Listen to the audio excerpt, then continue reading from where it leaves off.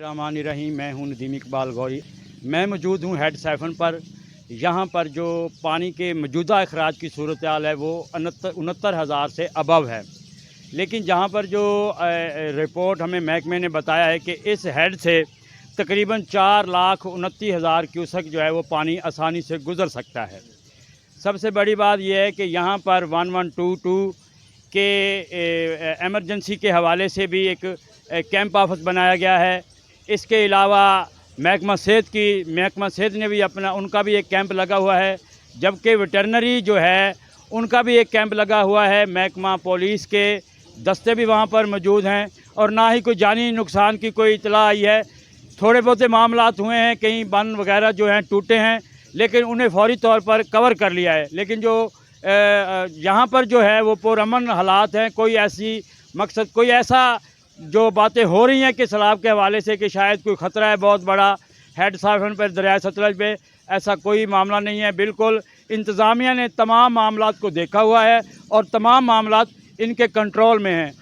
हमारे साथ यहाँ पर मकामी शहरी मुमताज़ अहमद मौजूद हैं। हम इनसे जानते हैं कि यहाँ पर क्या सूरत हाल है सैलाब के हवाले से और हेड सैफन के हवाले से। जी, हेड सैफन पर इस वक्त जो दरिया का बहाव है बहुत सही तरीके से दरिया चल रहा है और मेरे अंदाज़े के मुताबिक इसमें से 3,17,000 क्यूसेक तक पानी जो है पास हो सकता है।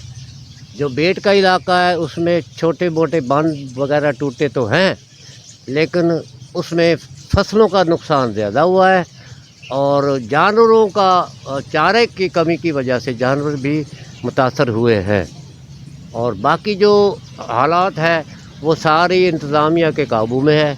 इधर हेल्थ का डिपार्टमेंट भी मौजूद है और पुलिस भी एक्टिव है, 1122 भी एक्टिव है, उनके पास कश्तियाँ वगैरह सब कुछ मौजूद है और महकमा रेवेन्यू वो भी साथ साथ मौजूद है। और कैंप जो इन्होंने लगाए हुए हैं महकमा नहर ने भी, सारी चीज़ें अपने कंट्रोल में हैं। हम कोई भी इदारा गाफिल नहीं है। बहरहाल इस वक्त अल्लाह खैर करेगा, पानी आराम से गुज़र जाएगा, सैफन से क्रॉस हो जाएगा, परेशानी की कोई ख़ास बात नहीं है।